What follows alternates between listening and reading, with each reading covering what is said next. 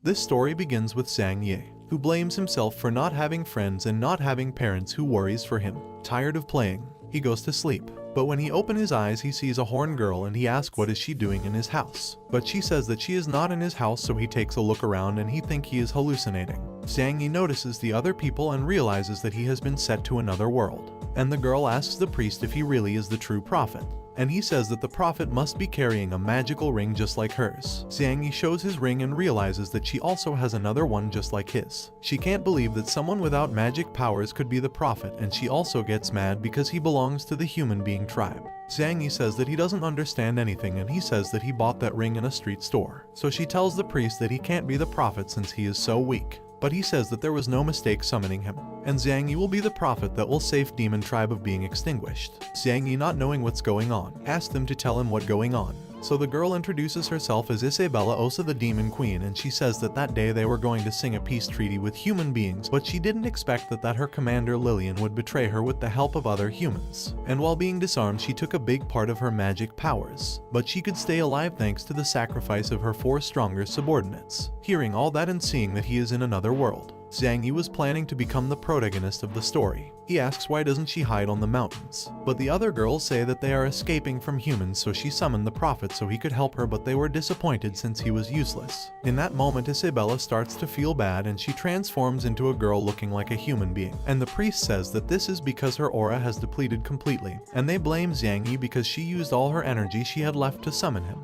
In that moment, some gentlemen say that the humans are already inside the realm and they escort Isabella so she can manage to escape, and the priest would stay to buy them some time so they can manage to escape.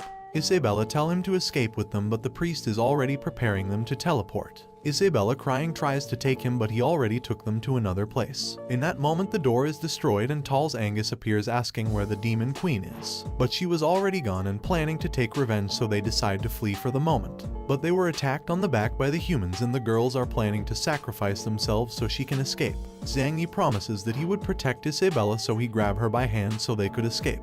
But she wanted to stay and fight and die with them. Zhang Yi says that she does that, their sacrifice would be in vain. So Isabella, crying, sees from afar how everyone dies so she could escape. On their way, they come across with some human knights, and Isabella gets off Zhang Yi's hand and she attacks the knights for killing her subordinates. Zhang Yi stops her and apologizes, and a knight says that he heard that demons used to wash human beings' brains. They were planning to kill them because they thought they were working for the demons. But Zhang Yi on his knees says that they are not working for them and they were not brainwashed. Isabella wanted to kill him for making her kneel before a human being, but he says that by doing that they could survive, so then they could take revenge. But the knight wanted to kill them anyways so he could get a reward. But there is that guy who stops him and orders him to go with his squadron. A knight, noticing that he was the white squadron leader, didn't want to listen. But being a leader, he had authorization to kill. Then the others, noticing that, they decide to escape. He introduces himself as Sophisis, the White Dragon Knight squadron leader, and he asks them when the demons captured them. Before that, Zhang Yi thanks him for saving them, but Sophisis order him to answer first, otherwise he would kill them. He says that he was captured when he was 5 or 6 years old, and he introduces Isabella as his wife and says that she was also captured by the demons, and Sophisa ends up believing him, and he offers his cape so he could cover himself since he was naked, and he would take them to the human being tribe city, but Isabella didn't want to go. Zhang Yi convinces her to go, and the next day they arrive to the city, where Zhang Yi gets surprised by seeing how the humans respect the knights. Isabella changes her name to Yi Bei so she can't be recognized, and on their way, they get across with this guy from the royal family, called Talsbury. When Sophisis sees him, he orders his knights to go to the royal palace. Zhang Yi asks who he is, and a knight says that he has a higher rank than Sophisis by being a regent's son. He says that the current king is very young and the regent supports him making decisions, so he is above every man. Sophisis greets him politely, but when Barry notices that he is not the Red Dragon's Knights leader, he despises him. But Sophisis asks him why the Red Dragon's Knights were ahead of them, that they were supposed to sing the peace treaty with the demons, and he says that the new king's orders were to kill the demon queen.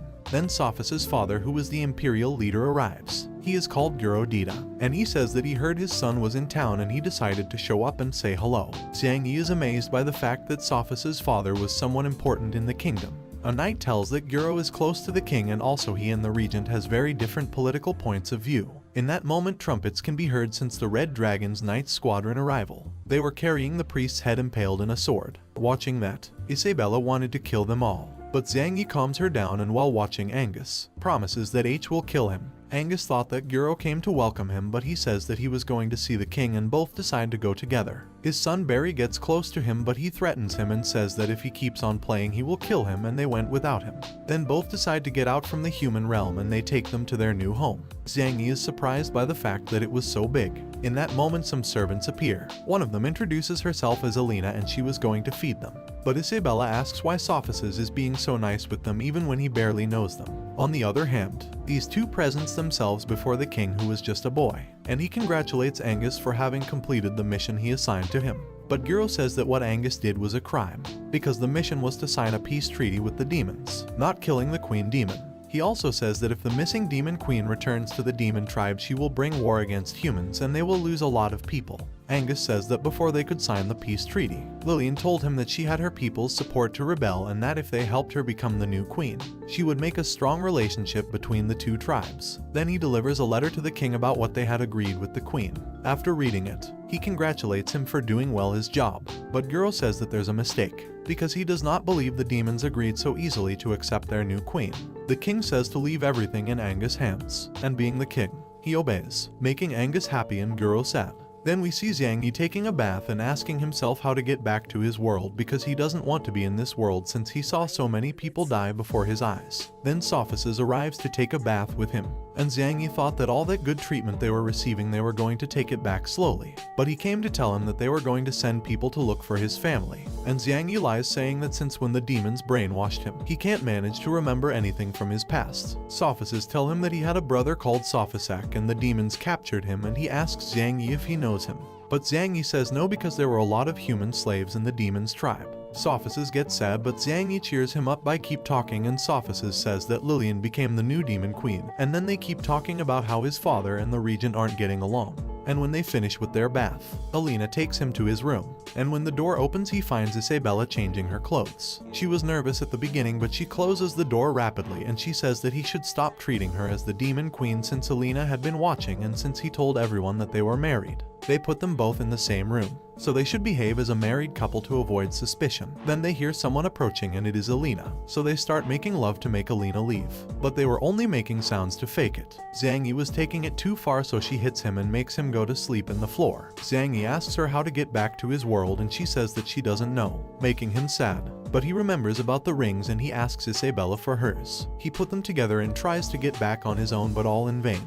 On the other hand, Alina finds Sophices and he tells her not to interrupt Isabella and Xiang Yi. Alina asks why is he helping them, and he says that when he knew Xiang Yi he felt a familiar connection and he thought he was his lost brother since he resembles so much. Alina says that she was happy for him since she hadn't seen him smile in a long time. Sophices throws her in bed and as reward he ends up making love with her. The next day Xiang Yi wakes up and Alina gives him new clothes. She realizes Isabella is not here, so she goes outside and tries to find her. She found Sophices training with his bow on her way and she is amazed about how good he is. Then she saw Isabella as well practicing and she is blown by how good she is. She lost her powers but not her abilities. Then Sophices invite them to eat, but Xiang Yi wanted to leave the human kingdom and says that he doesn't want to bother. Sophices say that there is no problem, that they can stay and live in his mansion forever, but Isabella says that they want to manage by themselves and they didn't want to bother anymore. Sophices say that they cause no trouble and he can find a job for them in the kingdom, but Isabella says that she rather goes back and work for the demon tribe than working for them. In that moment we see a story when the humans were terrorized before because they were weak. Then tired of that, they reached out a powerful dragon to protect them. The dragon accepts, helping them with everything. As a sign of gratitude they use the dragon as a deity, creating Dragon Knight squadrons of different colors. We focus on the White Dragon Knight Squadron, which is the king's personal cavalry, and there are two ways get into the squadron. One is to demonstrate that's strong enough and worthy to serve the king, and the other way is by obtaining a diploma from an honor school in the capital. She says that she wants to be an honor student in that school to get stronger, and Xiang Yi thinks that was the only way to get out the human kingdom. She says that she wants revenge, and Xiang Yi scared covers her, saying that they want to save other human beings that are trapped within the demon tribe. Sophices says no because fights are not as easy as he thinks, but Xiang Yi says that he has other purpose by joining the school. He says that after he graduates they want to help him and his father to lead the human tribe to the top and return them the favor of helping them. Sophices end up believing him and they accept to enrolling them into the school, and he noticed that Isabella had talent for the school, but he suggests Xiang Yi to cook rather than fighting. 2 months after sophists inscribe them and explain the different branches there are in school.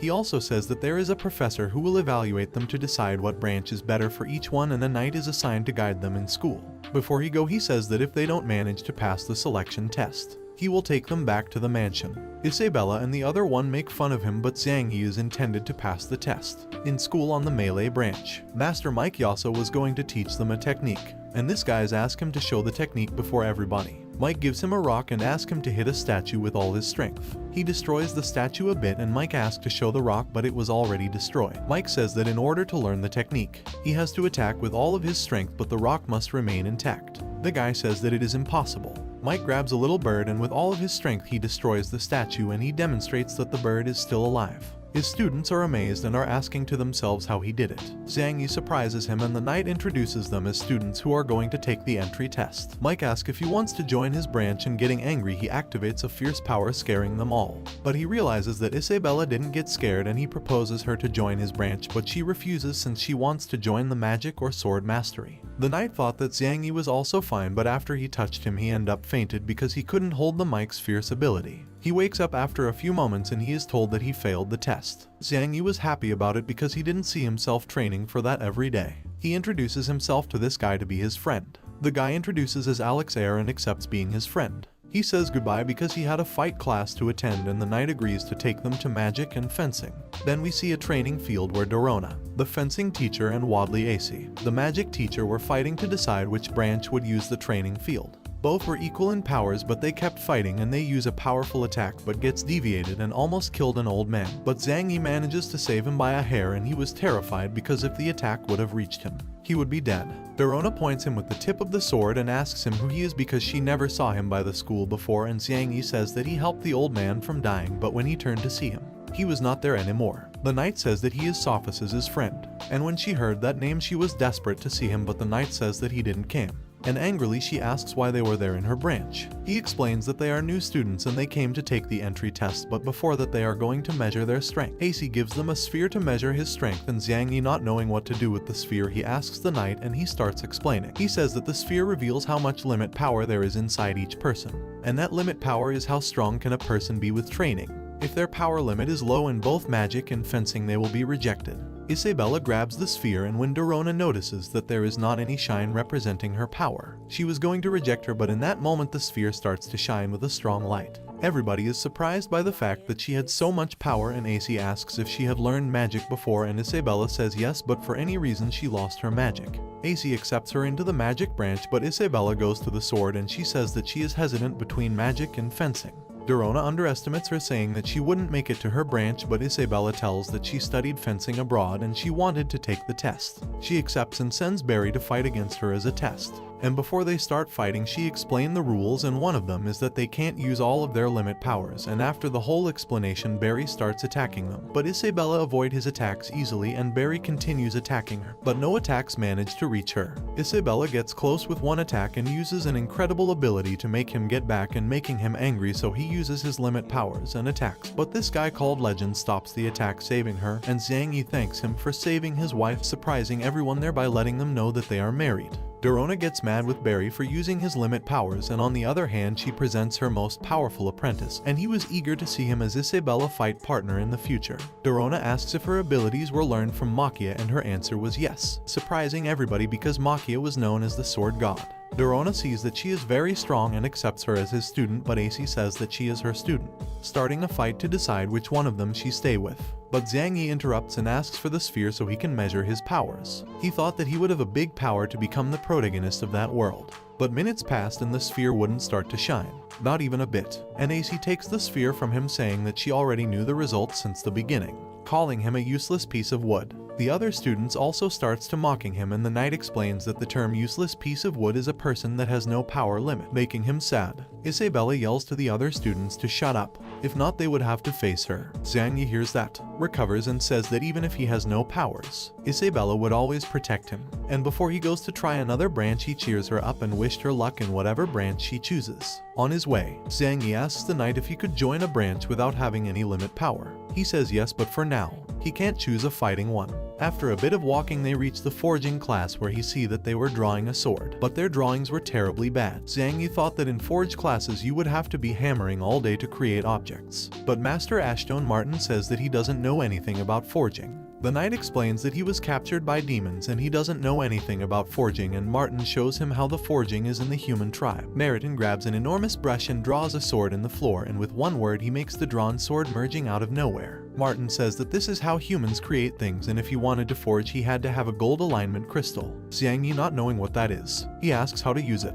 Martin explained that with those crystals he can create things just as he saw with a magic brush, and Zhang Yi gets sad because he thought that he needed limit power to use it. He says that limit power is not necessary in the forge. Hearing about that, Zhang Yi kneels and asks him to teach him how to forge. Martin asks for a drawing as tests and he draws Dorona's portrait, surprising everyone with his drawing skills. Martin accepts him as his student, and before joining a partner he says that he has to know the rules of forging classes. He says that he must be very careful with what he creates and be responsible if something bad happens, and he cannot create living objects. Zhang Yi accepts and thanks Martin for accepting him into his branch, and Martin gives him a brush so he can begin with his classes. Later on, Guro arrives very angry to the king's palace, where he asks for an explanation on why the regent wants to execute the agriculture minister and the leader of the Grey Dragon's Knights. Angus says that the agriculture minister gathered with the East Beast's tribe and the Grey Dragon's Knights leader ordered to bring food to them.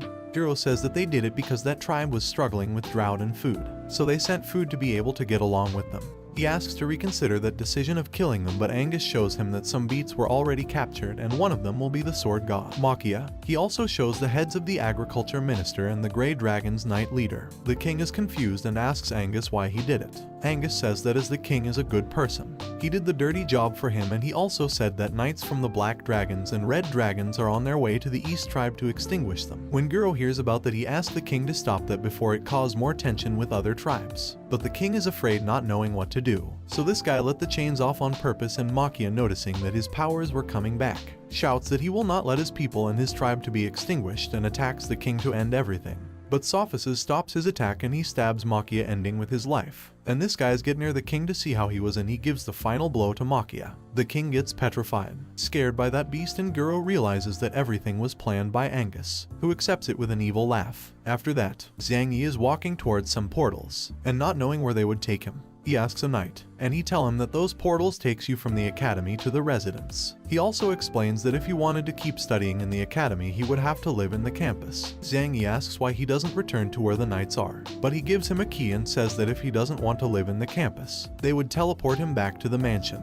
But if he wants to live there, the knight would live with him. Zhang Yi is a thankful act. He will try to find Sophis's brother when he get back to the demon tribe. On the other hand, we can see Sophisis with Guro going to the king to try and make him reconsider some things when making important decisions. When they arrived, a knight told them they already knew they were coming, but the king orders were that only him and Guro could be in the room. Guro tell him to wait outside, getting in alone, and Sophisis had a bad feeling about letting him in alone. Guro called the king, but he wasn't there, and Angus appears from the shadows and says that he sent the king to practice archery. Guro knew that this conversation will not end well. Sophisis was still waiting for his father, and this guy called Sato appears and talks about the Withered Dragon's Knight squadron should be led by the king, but being just a child, that power had to be passed to the regent. In that moment, Sophisis realizes that something wasn't right, and after seeing the knights he was planning to enter the room, but Sato stops him. Sophisis with a sword in hand asks what will they do to his father. Nothing, says Sato, because Angus is inside and he is making him see the true state of the capital. Sophisis asks more questions, but Sato leaves. On the other hand, Zhang Yi decided to stay in the North Campus, and when he opens the door, he finds Isabella changing clothes again, but she doesn't care since he already saw her before. Isabella talks about how good they are treating them in the academy, but Zhang Yi suggests escaping the academy, but she refuses because the academy controls their students very well, and they would notice that they are not in the room. She explains that the academy has a magic field surrounding it, and in her state she would not be able to break it. Zhang Yi asks her for another plan, and she says that they must wait until she gets stronger in the academy. She also said that the demon tribe only accepts strong people as leaders, not somebody weak, and she gets sad when Zhang Yi sees that. He promises her that he would take her back to the demon tribe so she can be the queen again, saying that he chose the forging branch because it is destined to be powerful. Then he asks her what branch did she chose. Isabella says that she chosen both so she could recover her strength quickly, and both teachers accepted. Zhang Yi takes advantage of the conversation to get into the bed, and they kept talking about how they could become stronger quicker. Then when she saw him on the bed, she asked him to leave, but Zhang Yi says that he is just pretending to be a married couple, making her blush. They keep talking, but Isabella throws him out, threatening him with a sword, and he goes to the floor where he starts thinking about things he can create with his magic brush. The next day, Isabella wakes up, and when seeing a silhouette in front of her, she grabs her sword asking who is there. But when she sees it, well, she realizes that it is a statue made by Zhang Yi, and after getting out of bed she sees other objects, asking to herself what could it be. Then she hears some noise in the living room, and she realizes that there are other creations made by Zhang Yi, and she was planning to ask him everything about those creations in the night. In Forge class they were waiting for Zhang Yi, but as he didn't arrive they were about to begin with the class. But in that moment Zhang Yi arrives with a bicycle, and everyone is amazed by Zhang Yi's creation, because in that world vehicles boosted by human didn't exist. When Martin sees the bicycle, he gets on the bicycle and Zhang Yi teaches him how to use it. It gets complicated at first, but later he managed to drive it. Then Martin destroys the bicycle for not breaking, leaving everyone disappointed because they all wanted to try. Zhang Yi promises that he would create another bicycle, but he couldn't in that moment since he ran out of gold alignment because he spent all night trying things. Zhang Yi realizes that the forge works with thoughts, and he asks to himself what would happen if he built objects from his world. So he built a cell phone as a trial, but it didn't work since he doesn't know how cell phones work, and he kept on building useless technological stuff because in his mind he didn't know how they worked. Then they get back to the class where Martin gives him another gold alignment stone, and he was going to explain how to differentiate gold alignment stones and its uses. Martin gets his briefcase out from the forge, and she explained that they can use the stone just like a blacksmith does, but that would harm the user. He says that 2 decades ago he was visiting the dwarf tribe to improve his forge, and he saw that they made really beautiful objects, but the one creating them suffered damages to his body because they used hammers just like the blacksmiths did.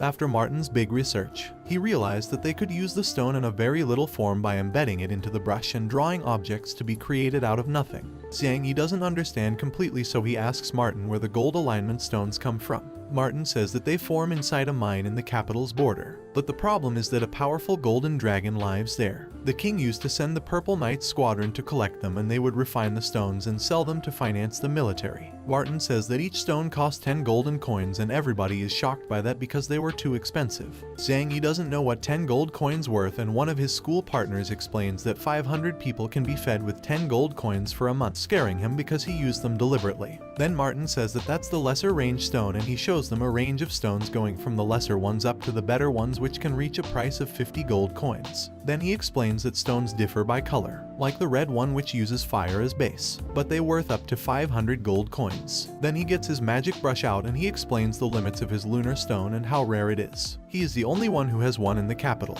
Then he tells a story about when he was young studying the forge with the dwarves, but they weren't as sociable, but later on they acknowledged him by realizing how determined he was. The dwarves had 4 lunar stones and they gave him one of them as a reward for obtaining many achievements. With that stone, Martin built the walls protecting the capital and explains that the power of a lunar stone is infinite but has a price, and that is that extracts the user's consciousness. One of the students says that this side effect must have not affected the master because his looks pretty healthy, but another student points towards a photograph where you can see a handsome guy, and that was the master 10 years ago. And the students are in shock by that because now he is bald and ugly. On the other hand, Sophisis is with his father, but he arrived home very upset, saying that everything was over, worrying Sophisis for what they could have done to his father. On the other hand, Isabella was training fencing, and by the end Dorona congratulates her for training more than the others. But she felt bad because she got tired easily because that didn't happen when she had all of her power. Then she goes home and she finds all these stone sculptures of both of her masters, and she realizes that they were made by Zhang Yi. Isabella takes a blueprint and Zhang Yi says that those were dwarves tribe's blueprints where they were creating steam machines, surpassing the intelligence of the demon's tribe. Isabella kicks him and warns him about creating too many things, otherwise their identity would be exposed. She also scolds him for creating a sculpture of her and her masters, and thinking about what disrespectful things he could do with them, she hits him even more. The next day he was happy because the steam machine worked and he could create a powerful mecha. Then he see that his fellow students were gathered in a place, and one of them says that Master Martin went into the gold alignment mines, and that was because when they went to buy stones last night, the prices were too high. Martin tried to convince them to sell them at a normal price, but they didn't want to because they needed a lot of money for military services. So an angry Martin went on his own.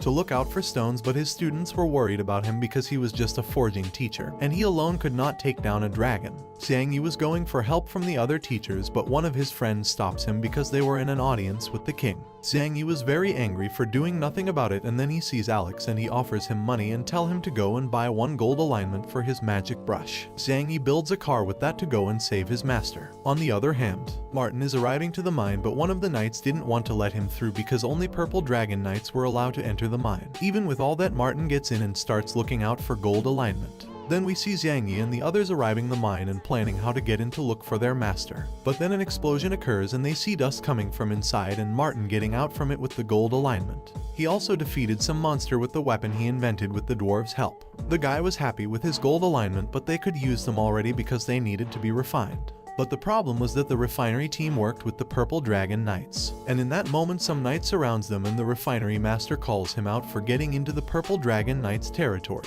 Martin also calls him out because those monsters weren't that strong to justify the price increase of gold alignment. The guy says that it was not his business and give the order to kill them so they could take the gold alignment. But Isabella together with Martin and Alex were defeating almost every one of them, but the refinery master steps in attacking Alex, but Martin protects him and his weapon get destroyed. That guy uses a special slime creating many clones and he planned to attack them, but Xiang Yi had finished his creation. Xiang Yi is completely covered by the rocks and the refining master attacks the others, but Xiang Yi inside the rocks neutralizes him using a powerful attack. Then he throws another attacks to the other master, but he manages to deflect it, hitting his knights, and everyone is surprised to see a mecha getting out from those rocks. The purple knights get scared to see that mecha, and Martin is surprised even more because the dwarves wanted to build something like that but they couldn't, but Xiang Yi did. The refining master attacks him with everything he got, but no attacks could manage to damage that mecha, and Xiang Yi starts defeating those knights and capture the refining master and threatens him, saying that they must not mess with them. And we can see that the ones behind all that mess were the regent's family. Since they wanted to earn more money, they was planning to raise their prices of gold alignment. But a soldier arrives saying that the forge branch gathered the gold alignment and also they captured the refining master, surprising everyone. Xiang Yi and his group arrives to the kingdom, but the purple knights won't let them through, and behind them were the people who raised the prices, and they ordered to capture them for breaking the law by collecting gold alignment without any permission. But Sophists arrives with other guys and says stop, and he tell Barry that the king sent him to stop Martin. Barry doesn't buy it, but Legend, being his uncle, he releases his power, making him obey the new orders given by the king. But this also affected Xiang Yi, which ends up being amazed by that enormous power. Being just his nephew, Legend warns him not to be so careless just because his father is the regent, because for Barry he was only a piece of trash. Dorona also scolds him for not going to class, and Martin asks officers to arrest him, but he denies because the king never gave that order since he cares so much about him. Xiang Yi thanks officers for helping them again, and he told him not to do that again because he doesn't want to see him die. On the other hand, AC tells Isabella that she picked her to represent the magic branch in a festival. But she fights again with Dorona because he also wanted her to represent the fencing branch. Sophists asks Xiang Yi to go with him to the palace, and once there they talk to the king about the gold alignment price increase. In that moment Angus arrives, informing the king that he discovered that the Purple Knight's leader is increasing the price of gold alignment. He also said that he already punished him and suggests the king that the forge branch should be in charge of collecting gold alignment stones. Everybody is surprised by that, and the king asks about the military budget. But at the moment he suggests that the White Dragon Knights should handle it. Xiang Yi asks to himself why Angus is helping them, and the king accepts those suggestions. And he asks a favor to Martin, to build an arena in 10 days for the upcoming festival. When getting out, Sophists ask Angus why he helped them, and he says that he did it because he is a very important general. Then they continued talking, and Angus says that he helps the king making decisions to make the empire get better because the king is very young to make important decisions. Sophists say that he shouldn't take advantage of his power, making Angus angry. Angus then asks Sophists if his father didn't tell him anything about what they talked the last night. When Sophists remembers that, he asks him what did they do to his father because he arrived home very upset. And they were about to start a fight, but some soldiers arrive and tell him that his father hanged himself in the library, and Sophists got scared, and the other were surprised. That night Xiang Yi were depressed about what happened to Sophists. He didn't want to feel bad, so he asks Isabella what branch she decided to represent in the festival. She said that she will represent fencing and science branches. He starts bothering her, saying that she should join Legend in the magic branch, making her angry again. The next day Guro's body is getting buried. Isabella and Xiang Yi wanted to help Sophists taking revenge against Angus, but Dorona says that it was pretty difficult because Angus is the most powerful human, and when he was young he was the only one who could hurt the ancient demon king. Sophisis says that he wasn't his biological father, and then he starts to talk about his past when they were very poor, but he was very happy living with his parents. But one night the village was attacked and his real father was killed protecting the village. But yet his death was in vain. Sophisis found his parents' bodies but not his brothers, and some days later he found out that he was sold to the demon's tribe. In order to save him, he trained so hard and he joined the army where he acquired combat experience, and one day Guro visited the squadron where Sophia's was. And after seeing how Sophisis killed one of his partners, Guro asked why he did it. Sophisis says that he was nearly dead and leaving him alive would be leaving him with a lot of pain until death came. After that he adopted him and he treated him very well. He wanted to create along with him a world where every tribe could live in peace. Dorona asks what should they do now, and Sophisis say he can only give his bets to move on. Then we see Angus talking with a hooded guy, but he left after this girls arrived, picking the heads of some people, completing the mission Angus assigned. Angus assigns another mission to her. He already enrolled her in the academy where she has to represent the archery branch, and gives her a photo of Xiang Yi so she can find her target. The next day the forging branch goes to the old royal arena to rebuild it with the help of Mike and AC. Both of them destroys the arena completely and gathered all the debris so it is easier to rebuild. Martin thanks them. Xiang Yi watches Alex and asks to himself if he has a lot of money since he works carrying forging material. Martin says that he works to sustain his family economically while he studies. And Alex proposed himself to win the festival to obtain money and send it to his family. Xiang Yi asks how much the champion gets, and the Four Eyes says that the winner takes 1,000 gold coins and also a trophy made out of solid gold. He also says they can get the rank of military commander after graduate from the academy, and he gets happy because with that rank he could get out the empire and go back to the demon tribe. While they are rebuilding the arena, Xiang Yi's superiors arrive to help them because they owe so much to Master Martin. Then Martin introduces them as their new teachers who will replace him during 10 days so they could be ready for the festival. Since forging branch always finished last every year, they would have a special training so that would not happen again. On the other hand, Legend was practicing his magic, which was very powerful, and after seeing that she was pretty confident that she would get first place thanks to him. On the other hand, Isabella was also training, but she has an illusion where she sees her subordinates' bodies who sacrificed for her, and there the demon queen presents herself, making her remember that everything was her fault by wanting to sing a peace treaty with the humans. She also argues about why she trusted in Lillian. Isabella gets angry and Dorona notices the enormous power she was about to unleash, so she knocks her out. Dorona is surprised to see all that evil power limit. She was even scared. On the other hand, Sophisis was walking through the capital. He sees an invention he never saw before in the capital, and he is also surprised to see all those citizens using objects he never saw before, and when looking at other store he realizes that all those inventions were Xiang Yi's. Then he goes to the royal arena to see Xiang Yi, but he is told that he went into the South Forest with Alex. Before he went there, he told them to give Sophisis all the money he got inside the gold alignment mine for the military budget, but he didn't want to accept it because that was money recovered by the people entering the mine. But they told him that it wasn't the case because with Xiang Yi's machine they collected gold alignment faster, and that's why prices went down because it's easier. And that's why also home prices went down. Sophisis gets happy by the fact that Xiang Yi is making the empire a place where others can live happily without feeling the pressure of money. On the other hand, Xiang Yi and Alex arrives to the South Forest where they found useless wood. And they call it like that because that metal is extremely hard and they can't use it for anything. Xiang Yi wanted to corroborate how hard it was to see if he can create a chainsaw to cut it, but it breaks without making even a scratch. Alex asks why does he want that useless thing, but Xiang Yi says that it isn't useless just because they can't use it, but if they manage to use it, useless wood might become the empire's most valuable resource. The next day everyone is preparing for the festival, and with it the king's arrival, Sophisis announces the beginning of the festival and give the order to every branch representatives to step into the royal arena. Each one of the branches steps in, and the festival winners candidates were fencing branch and the magic branch. Xiang Yi is surprised to see only one person in the cooking branch, and they are underestimated when they stepped in because everyone thought that they were there only to make them lose time. Participant called Ninair was angry, but his master asked him to calm to avoid any trouble. After so many branches, the forging branch steps into the arena, but the other are depressed because they always finish last in the festival, and Xiang Yi tries to cheer them up, but Martin was depressed too.